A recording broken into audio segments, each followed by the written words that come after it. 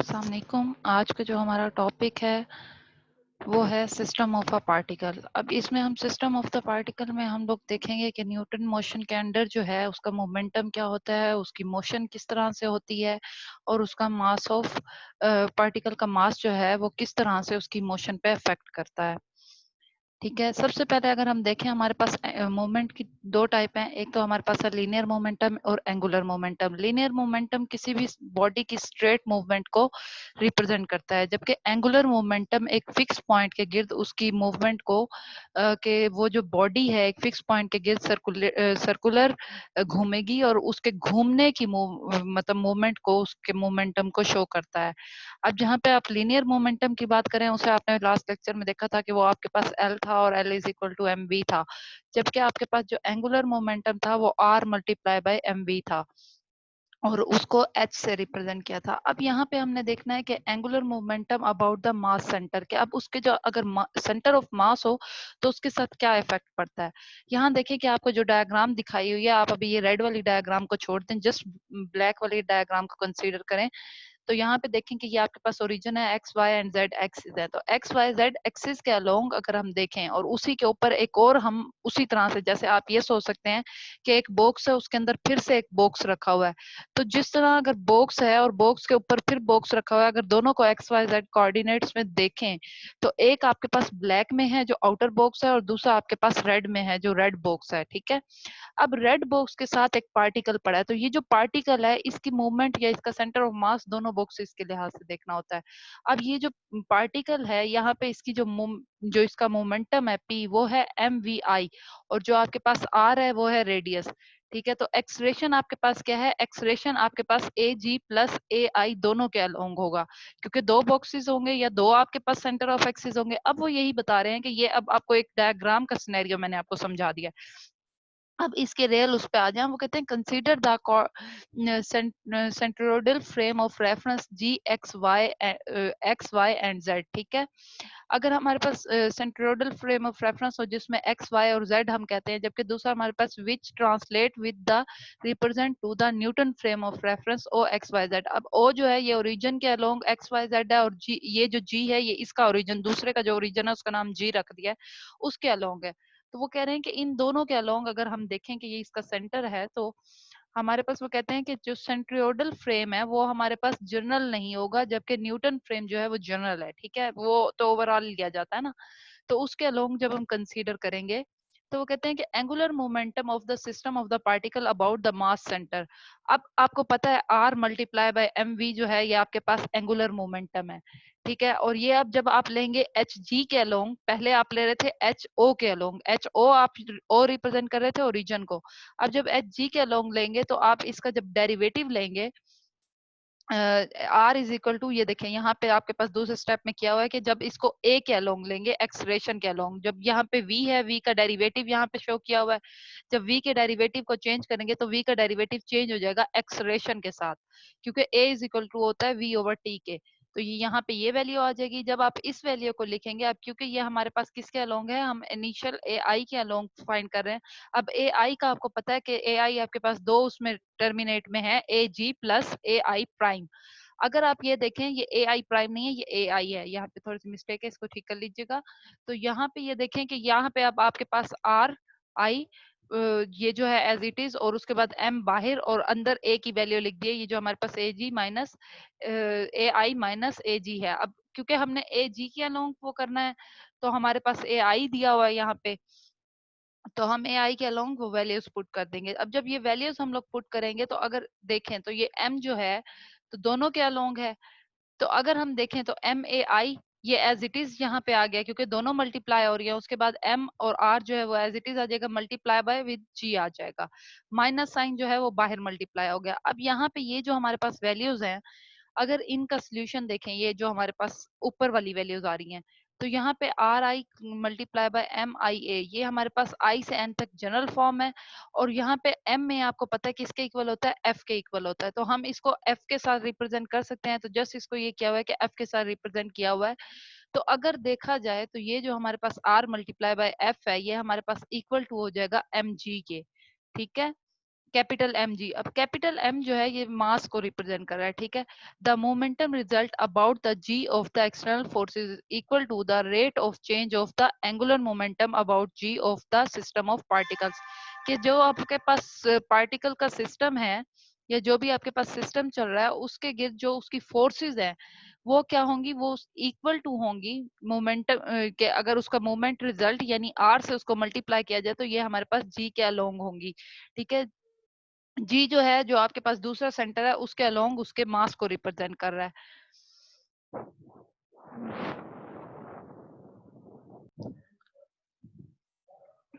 उसके बाद अगर आप देखें तो हमारे पास जो एंगुलर मोमेंटम है अबाउट द जी पार्टिकल के लिए, किसी भी पार्टिकल के लिए उसकी मोशन जो है वो आपके पास coordinate G x Y frame of reference के गिर्द होगी,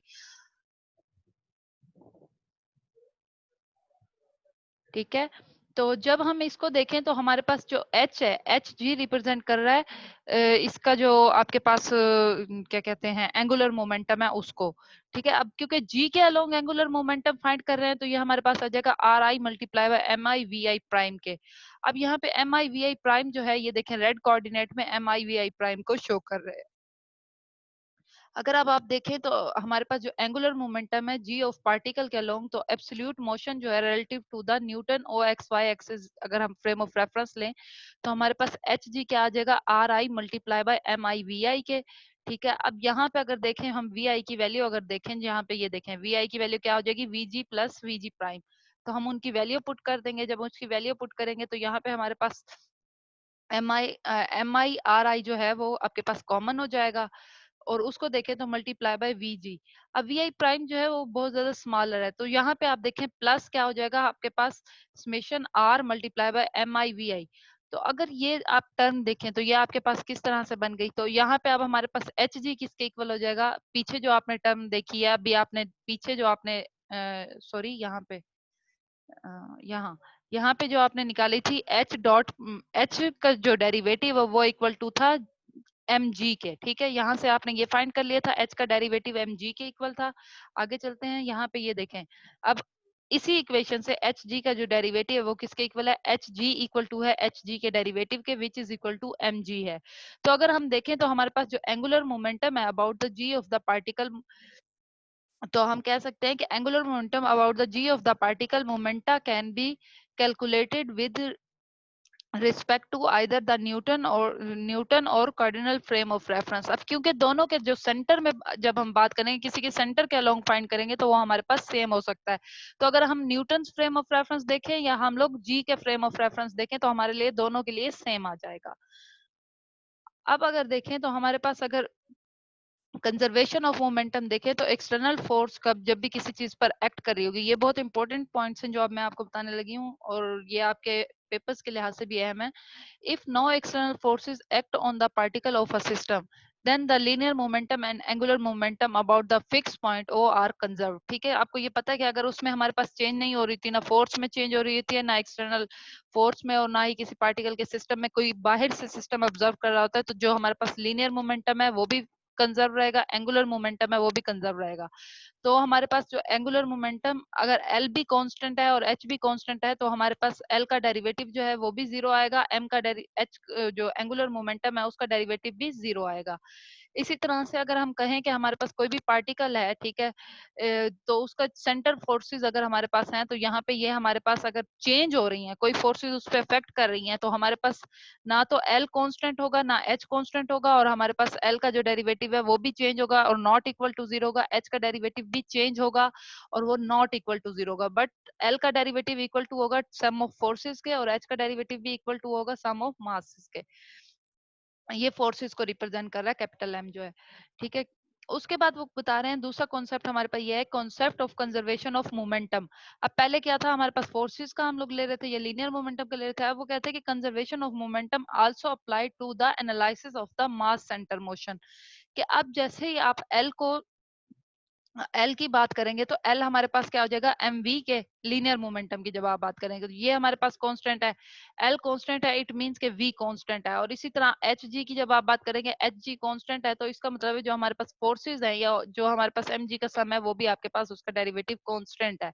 तो ये यही बात ये यहाँ देखेंगे, यही बात इसको रिप्रेजेंट की हुई है कि ये हमारे पास इसकी वैल्यू पुट भी कर दे तो वी कांस्टेंट आएगा, तो ये वैल्यूज कांस्टेंट हो जाएंगी। उसके बाद आपके पास जो सिंपल प्रॉब्लम था कि आपने एक जो 20 एलबी का प्रोजेक्टाइल मोशन था और वो आपके पास उसमें पार्ट्स में फ्रेगमेंट्स में डिवाइड हो रहा था, एक 5 एलबी का और एक 15 एलबी का, एक ही तरफ जा रहा था, ए की तरफ जो एंगल बना रहा था वो 45 डिग्री था, बी की तरफ जो एंगल बना रहा था वो 30 डिग्री था। तो उसके अलोंग अगर आप इसको देखें तो इसकी उसका सोल्यूशन क्या होगा, उसका सोल्यूशन ये होगा कि आपने जो उसका फर्स्ट उसके लिए ये करना है कि आपने एक्सटर्नल फोर्सेस को देखना है कि एक्सटर्नल फोर्सेस उस पर क्या एक्ट कर रही हैं, ठीक है। Linear momentum of the system conserve रहेगा, पहली चीज। दूसरी चीज आपने इस चीज को कंसीडर करनी है कि जो उसके कंपोनेंट होंगे किसी भी इक्वेशन के, ठीक है, वो कंजर्वेशन ऑफ लीनियर मोमेंटम पे एक्ट करेंगे। उसके बाद इसको सॉल्व करेंगे हम इक्वेशन साइमल्टेनियसली पार्ट्स पे। तो अब यहाँ पे आपको मैं सोल्यूशन दिखा देती हूँ। यहाँ पे अगर ये एम वी नॉट के साथ रिप्रेजेंट हो रहा है तो इस तरफ जब मूव करेगा, ये ए की तरफ है, तो ये एम वी ए होगा और ये एम वी बी होगा। ये हमारे पास आ गया इसका मोमेंटम, ठीक है। तो हम फर्स्ट पार्ट कर लिया हमने, इसके मोमेंटम को सेपरेटली शो कर लिया। अब ये फार्मूला हम अलग से लिख लेंगे। तो ये हमारे पास अब इसकी वैल्यूज पुट कर देंगे। एम ए का मास जो था वो हमारे पास 5 था, जबकि एम बी का मास 15 था। एम वी नॉट जो टोटल हमारे पास था, इसमें जो मास था टोटल हमारे पास 20 ग्राम था।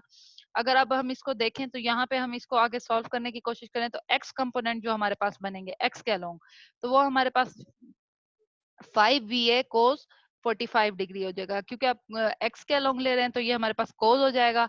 और इसी तरह जब हम दूसरा बी के पार्ट के अलोंग लेंगे तो बी हमारे पास क्या हो जाएगा 15 VB cos थीटा। कि अगर हम इसको ट्रायंगल कंसीडर करें तो एक्स के अलोंग ले तो आपको पता है हमारे पास कोस आ जाएगा। तो अगर इनकी वैल्यूज को आपस में सॉल्व करें तो ये 20 × 100 आ जाएगा। उसके बाद वाई कंपोनेंट लें तो आपको पता है उसमें जस्ट साइन का फर्क आएगा, तो ये हमारे पास वाई कंपोनेंट हो जाएंगे, एक्स और वाई कंपोनेंट हो गए, दोनों को सेपरेट सेपरेट सॉल्व किया। तो यहाँ पे अब हम इनका जब सोल्यूशन निकालें हमारे पास साइमल्टेनियसली, तो हमारे पास वी ए क्या आ जाएगा, वी ए हमारे पास आ जाएगा 207 फीट पर सेकेंड और वी बी हमारे पास आ जाएगा 97.6 फीट पर सेकेंड के अगर हम उनकी वेलोसिटी की बात करें कि हमारे पास उसकी वेलोसिटी क्या आती है, ठीक है। तो यही जो आपके पास ये सॉल्यूशन था कि आपके पास के angular momentum about the mass centre क्या था, आपके पास कॉन्सेप्ट था कंजर्वेशन ऑफ मोमेंटम का कि वो आपके पास क्या चीज कंजर्व रहेगी और क्या चीज अगर नॉन कंजर्व रहेगी तो उस पर क्या इफेक्ट होगा, और ये न्यूमेरिकल सॉल्यूशन था।